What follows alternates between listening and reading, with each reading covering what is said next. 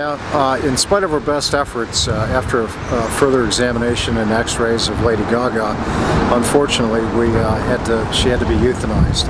And that was totally supported by a well-known avian veterinarian in Toronto and the M&R species at risk people. But unfortunately we did have to euthanize her. Her injuries were such that she never could have survived in the wild. Although in our hearts we really wanted her to carry on and do well for her own best interest.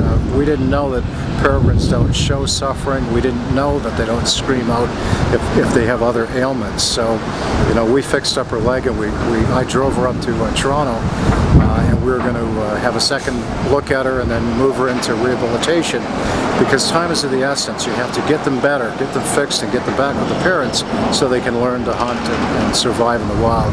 Unfortunately, Lady Gaga would not have been able to survive in the wild.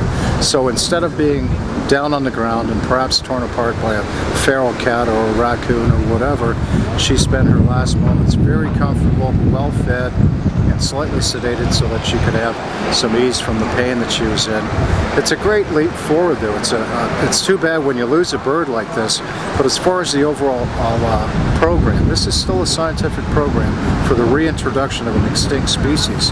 We now have a couple of top-notch veterinarians in the area that are working with us, and also another avian doctor working with us out of Toronto, and of course the Canadian Peregrine Foundation. And a lot of people have really become aware that we have a National Geographic special right here in our own backyard. And it's a privilege just to be part of it, but we're sorry to announce Lady Gaga had to be euthanized. Sad day indeed. Really sad.